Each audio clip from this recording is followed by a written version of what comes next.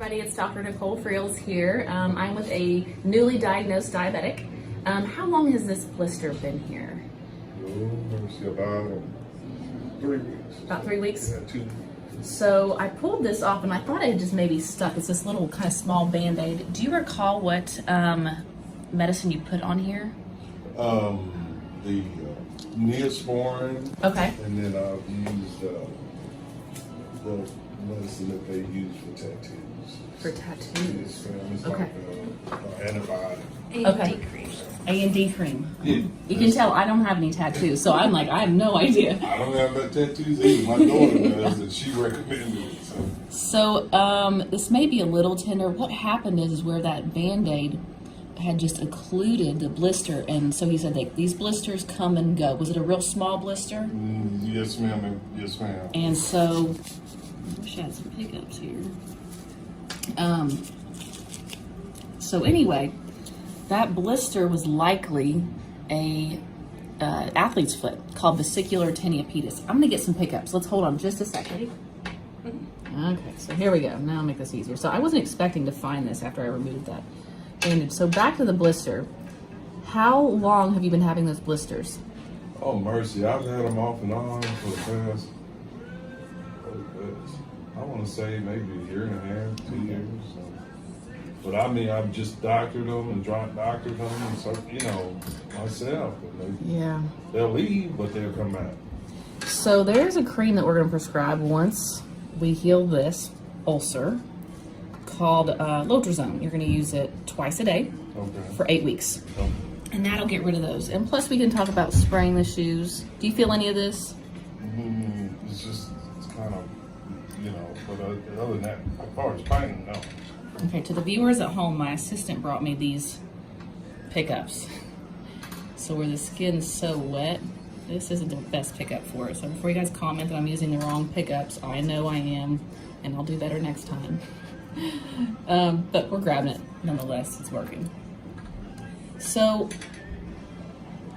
we will likely just put some betadine on this, have him covered, of course. He's very active, he owns his own business, so he's really not thrilled that, but it's very superficial. There's no infection. Great. So once we get this kind of layer back too. So we're just gonna do a betadine, nice thick gauze to pat it.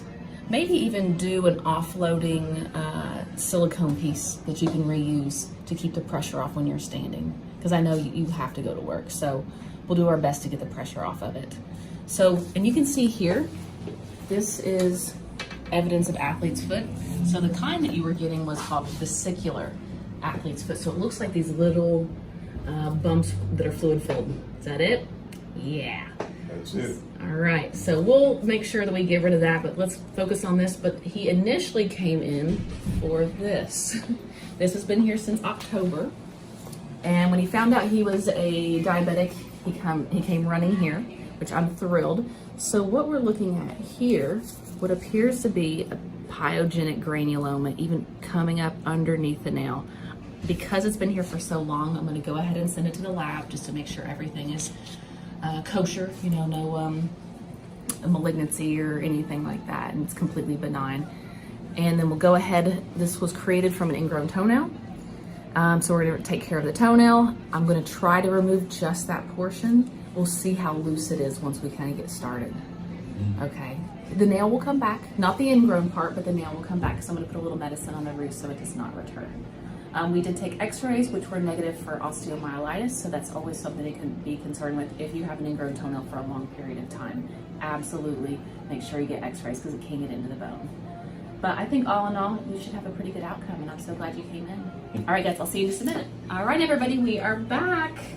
So this is what he was initially came in for and referred over by your primary care doctor. So let's see what we find. First thing I'm gonna do is just free up that edge. What a big old soft tissue mass. And you can see it's like even coming in the bottom. So I'm definitely sending this to the lab. So it's either a massive pyogenic granuloma or some type of soft tissue mass growing. So always wanna rule out any type of malignancy. You felt that? No, go ahead. Don't watch me. I told you how your brain's gonna trick you. me see here. Let me get this out of the way so you can grab that jar for me.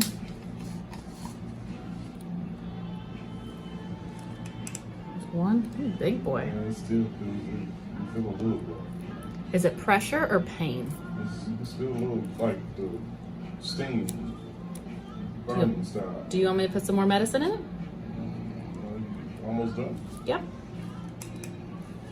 Let's take a look. It looks really just like a bad granuloma.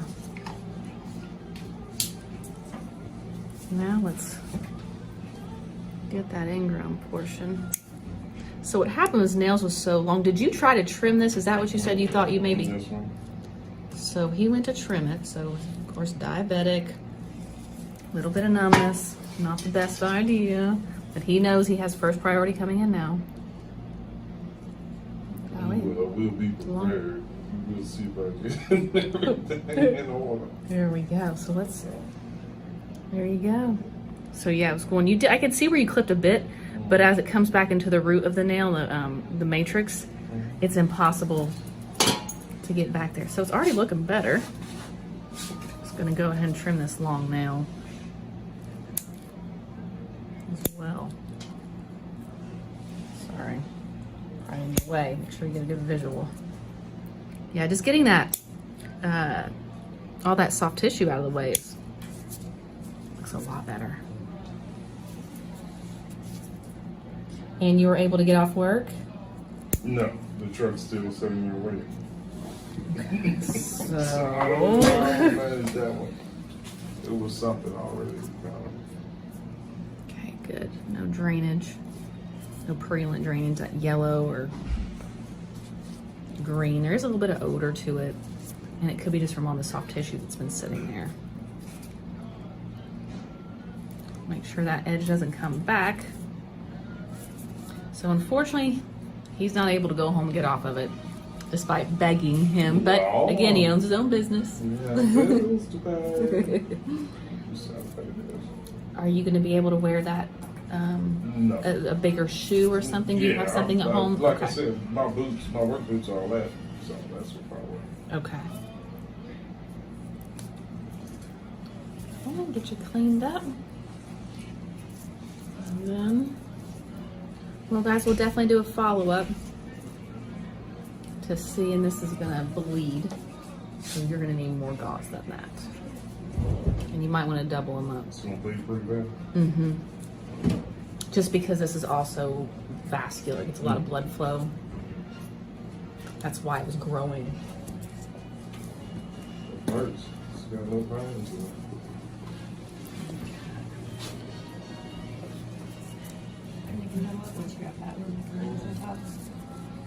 You feel discomfort now?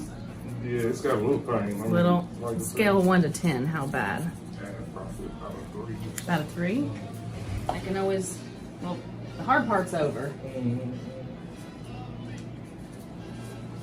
Well, we're almost done. So, Christine, just sit here for a second. Make sure we don't get any bleeding. So it's always great to make sure you don't get any bleeding through on that. It'll be just 1 minute and then we'll get you out, okay? All right, guys, thanks for watching. You'll see the follow-up to see what that soft tissue mass is. And the moral of today's story is please come in and get things checked out as soon as possible. He's like, All right, I'll see you next time.